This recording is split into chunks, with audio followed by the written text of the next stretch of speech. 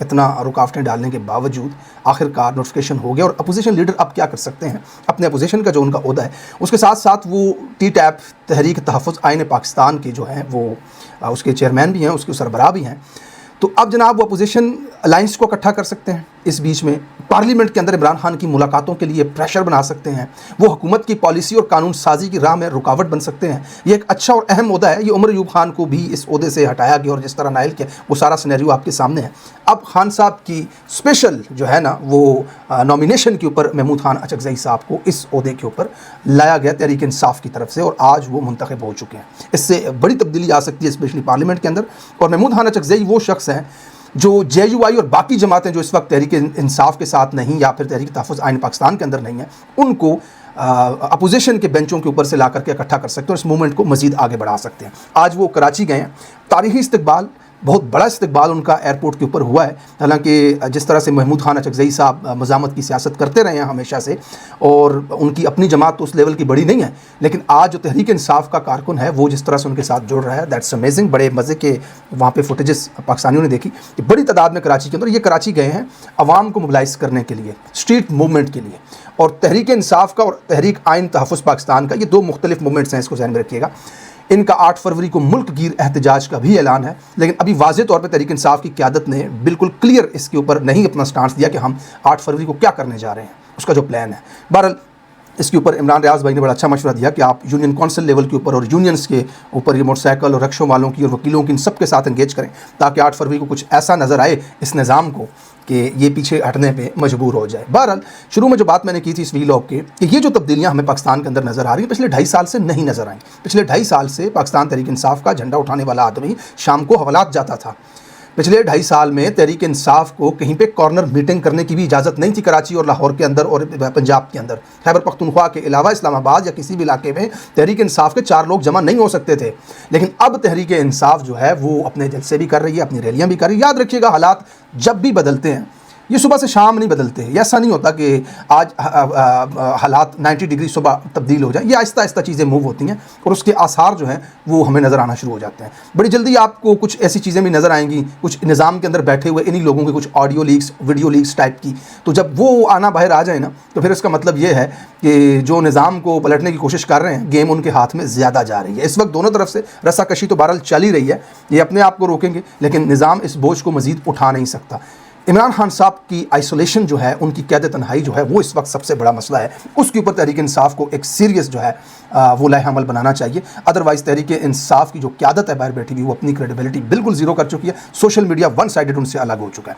بات کرتے ہیں جناب ملا چکی کے حوالے سے. ملا چکی جب سے باہر آیا پگلایا ہوا پھرتا ہے. وہ ذیشان بھائی ہمارے ہیں اس کا اردو پوائنٹ کے, انہوں نے بہت زبردست 3 گھنٹے کا ان کے ساتھ انٹرویو کیا اور اس میں مطلب لتاڑ کے رکھ دیا. آنیسٹلی میں نے وہ پورا نہیں دیکھا, ابھی میں دیکھوں گا تو اس کے اوپر بات بھی کروں گا, رائے بھی دے سکوں گا. لیکن جو ان کی میں نے کلپنگ دیکھی ہے سوشل میڈیا کے اوپر اس میں مرزا صاحب کے جھوٹ انہوں نے اس کے منہ کے اوپر رکھے. بہرحال جگہ جگہ مرزا صاحب جا رہے ہیں, میرے چینل پہ تو نہیں آئیں گے, نہ میرے ساتھ کبھی بیٹھیں گے. میں نے حالانکہ چیلنج کیا ہوا ہے ان کا ویڈیوز کے ذریعے اور ٹویٹس کے ذریعے بھی کہ آئیں ہمت کریں یہاں بیٹھیں اور میں آپ سے سیاسی سوال کروں گا جو آپ رائے دیتے ہیں سیاست کی. اچھا ملا چکی جو ہیں وہ اس میں عمران خان صاحب کے ڈٹ جانے کے بارے میں کہتے ہیں کہ آڈیو لیکس کو جیل سے ایسی ہو جائیں گی کہ جس کے بعد ہمیں پتہ چل جائے گا کہ وہ کیسے ڈٹ کر کے کھڑا ہے. ڈٹ کے کھڑا ہے عمران, وہ ہمیں پتہ ہے کیا ڈٹ کے کھڑا ہے. اللہ نہ کرے وہ آڈیوز لیک ہو جائیں جس میں وہ ڈٹ کے کھڑا ہے. مولا صاحب کون ہے ان کو آڈیو لیک کرے نا. ہم نے تو ایک لیک آڈیو سنی ہے جب عمران خان صاحب سپریم کورٹ کے ججوں کے سامنے پیش ہوئے تھے ویڈیو لنک کے ذریعے, اور سنا تھا نا کیا کہا تھا اس نے. اس کے تو پہلے الفاظ ہی یہ تھے کہ پاکستان کا جو پیسہ باہر جا رہا ہے اس سے غریب غریب تر ہو رہا ہے اور امیر امیر تر ہو رہا ہے. اس نے یہ نہیں کہا کہ میں قید میں ہوں مجھے نکالو, میرے ساتھ کوئی بات کرو, میرے پہ سختی ہو رہی ہے, مجھے جیل میں کیوں رکھا ہوا ہے. وہ تو پاکستان کی بات. اس نے کہا فارم 47 کی جو اسمبلی ہے جو عوام کی منتخبی نہیں ہے وہ ملک کو چلائے گی کیسے. ہم تباہی کے دہانے پہ کھڑے ہیں, ہمارے بینک خالی ہوئے ہوئے ہیں, ڈالر ہمارے پاس نہیں ہے, پیسے. یہ گفتگو کر رہا تھا وہ آدمی اس لیک آڈیو میں.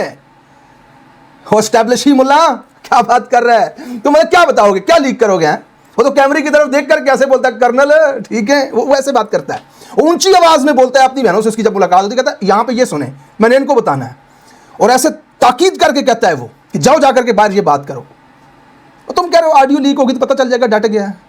وہ اتنی شدت سے ڈٹا ہوا ہے نا اس کے لیے پورا آئین بدلنا پڑ گیا ہے ان کو.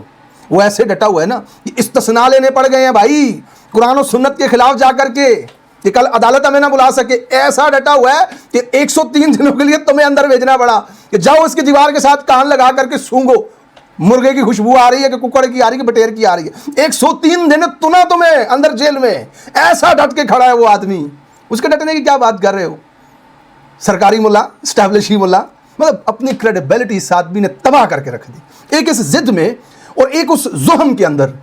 اس پاگل کو کسی نے بتایا ہے کہ یار تم جو ہو، تمہارے ساتھ بہت بڑے فالوور ہیں، تمہارے ساتھ بہت بڑی عوام، گھنٹہ عوام ہے۔ وہ کل اس نے صحافی نے بتایا کہ بھائی تم کون سے ویوز کے اوپر آ کر کے شور مچا رہے ہو؟ بھائی تمہارے سب سے زیادہ ویوز جس ویڈیو کے اوپر آئے ہیں وہ مباشرت اور ہم بستری کے، میں نام نہیں لے سکتا ابھی، کن ٹاپکس کے اوپر تم نے بات کی ہوئی ہے وہاں پہ۔ اور یہ اپنے ایک ذہن کے اندر آدمی۔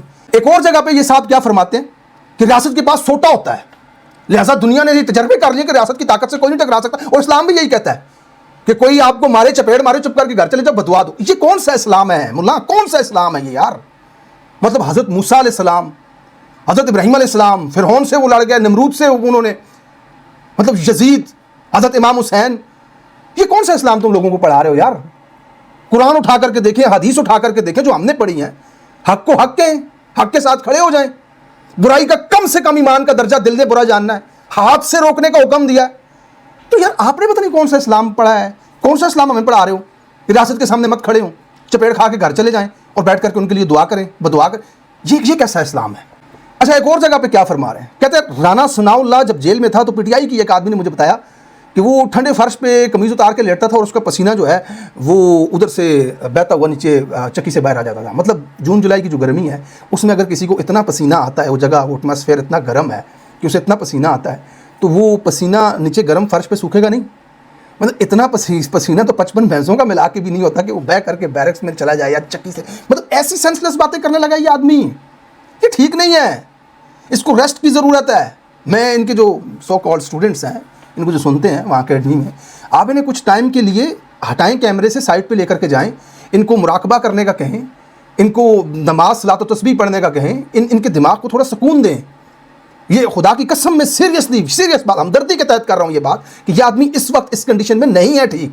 اتنا زیادہ پریشر ڈالا گیا اس آدمی کے اوپر اسٹیبلشمنٹ کی طرف سے کہ نہیں تم نے عمران خان کی پاپولیرٹی کو ختم کرنا ہے۔ اب یہ وہ آدمی ہے یار، آپ اندازہ لگائیں جو آ کر کے ٹانگ پہ ٹانگ رکھ کے کہتا ہوتا تھا یہ اسٹیبلشمنٹ، یہ جنرل کرنل کور کمانڈر، یہ خانہ کعبہ کی چھت پہ چڑھ جائیں لوگ ان کو نہ مانے۔ یہ اتنا شدید بدترین مخالف تھا اسٹیبلشمنٹ کے، اور تب تو اسٹیبلشمنٹ نے کچھ کیا ہی نہیں تھا۔